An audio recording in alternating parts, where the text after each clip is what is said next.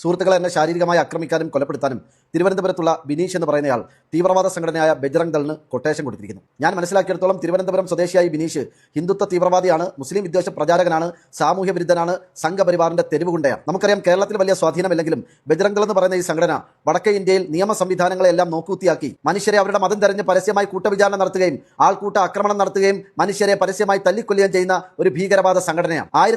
മോനെ ബിനീഷ് ഇക്കാൻ ഇങ്ങനെയൊക്കെ പേടിപ്പിക്കണത് നീ ബജ്റംഗ് ദൾ എന്ന് പറഞ്ഞ് കേട്ടപ്പോ തന്നെ ഇക്കാടൊക്കെ മുട്ടുകാലും കിടന്ന് വിറയ്ക്കണാണ്ട് ആ വെട്ടിയ പിടുക്ക് കിടന്ന് വിറയ്ക്കണത് നീ കണ്ടില്ല?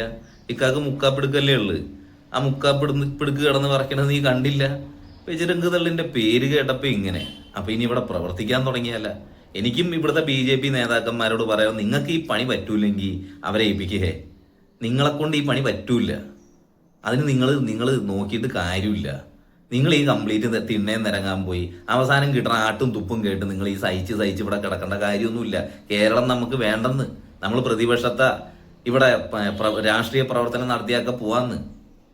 ഇമാതിരി തീട്ടങ്ങളുടെ ഈ ഭീഷണിക്കും ഇവന്റെയൊക്കെ അധിക്ഷേപത്തിനും നമ്മുടെ ദൈവത്തിനെയും നമ്മൾ ആരാധിക്കുന്നതിനൊക്കെ ഇവന്മാർ വന്നിരുന്ന് ഇങ്ങനെ ആക്ഷേപിച്ചിട്ട് ഇവന്മാർ പറയണം അത് RSSകാരെ പറഞ്ഞാണ്. RSSകാര് എന്താ ഈ ഭാരതത്തിലുള്ളതല്ലേ? ഇവിടെ SDPIക്ക് പ്രവർത്തിക്കുക. ഈ കഴിഞ്ഞ ദിവസം തീവ്രവാദ സംഘടന എന്ന് പറഞ്ഞ് നിരോധിച്ച പോപ്പുലർ ഫ്രണ്ടിന് ഇവിടെ പ്രവർത്തിക്കാം, RSSകാരന് പാടില്ല. അപ്പൊ അങ്ങനെ ഒരു തിട്ടൂരം കൊണ്ടുവരുമ്പോ ബജ്റംഗ് ദളൊക്കെ ഇവിടെ ഉള്ളത് നല്ലത് തന്നെയാണ്. ഹനുമാൻ സേന, ബജ്റംഗ് ദള്, ശിവസേന പോലുള്ള ഹൈന്ദവ സംഘടനയും കൂടി ഇവിടെ നിൽക്കട്ടെ എന്ന്. ഇവന്മാരുടെ കുത്തിക്കഴപ്പ് അങ്ങനെ ഒന്ന് അങ്ങോട്ട് തീർത്തു കൊടുക്കാം നമുക്ക്. ഇനി അങ്ങനെയാണെങ്കിൽ അങ്ങനെ. ഇനി ഞങ്ങൾക്ക് ഭരണം വേണ്ടാന്ന് നിങ്ങൾ അങ്ങോട്ട് തീരുമാനിച്ചിട്ട് നിങ്ങൾ അവർക്ക് കൈമാറ്, ബാക്കി അവർ നോക്കിക്കോളൂ. അപ്പോൾ ബിനീഷേ ഇങ്ങനെ കണ്ട് ഇക്കാനെ പേടിപ്പിക്കല്ലേ. ഇക്കാട ആ പിടുക്ക് വിറയ്ക്കണ കണ്ട ആ മുക്കാപ്പിടുക്കല്ലേക്കാക്കുള്ള ആ മുക്കാപ്പിടുക്ക് കിടന്ന് വിറയ്ക്കണില്ലേ?